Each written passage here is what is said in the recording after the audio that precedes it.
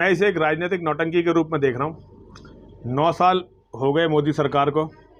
9 साल बाद इन्हें होश आया है। यूसीसी की बात कर रहे हैं। पहले तो बताएं, इन्होंने सीएए पे पूरा देश जो है गृह युद्ध की आग में झोंक दिया था। उस सीएए का क्या हुआ, एनआरसी का क्या हुआ।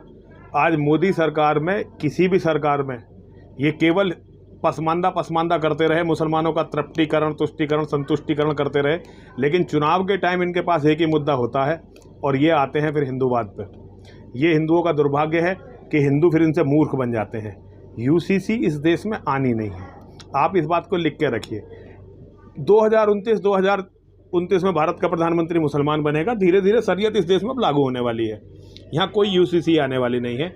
और उत्तराखंड सरकार की जहाँ तक बात है, सरकार में मुख्यमंत्री अगर दम दिखाएं तो ये हो भी सकता है, लेकिन पहले यूसीसी से पहले जो काम होना चाहिए वो है जनसंख्या नियंत्रण कानून आना चाहिए था।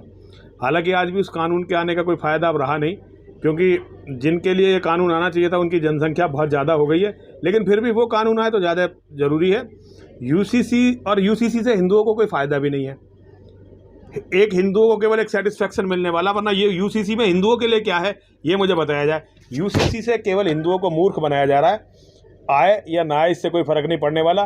केवल ये एक ध्रुवीकरण जो है चुनाव 24 के उसमें करा जा रहा है। बाकी सरकार में दम नहीं है। ये चुनावी एजेंडा है क्या? खाली चुनावी एजेंडा।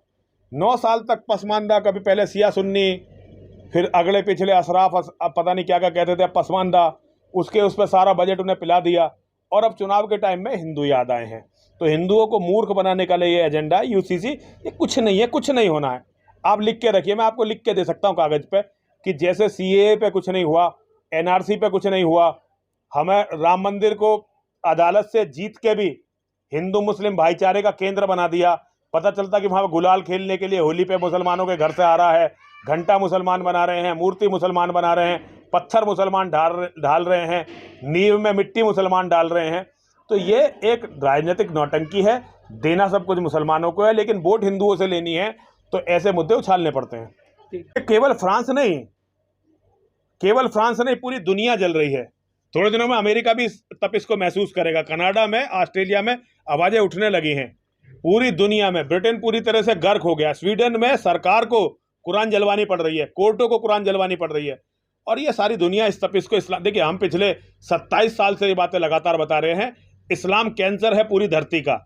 ये पूरी धरती को बर्बाद करेगा। अगर धरती को बचाना है, इस इस्लाम के कैंसर को मिटाना पड़ेगा। और कोई रास्ता मानवता के पास नहीं है। और सब लोगों को एक होना पड़ेगा। नहीं होते तो सब खत्म होंगे।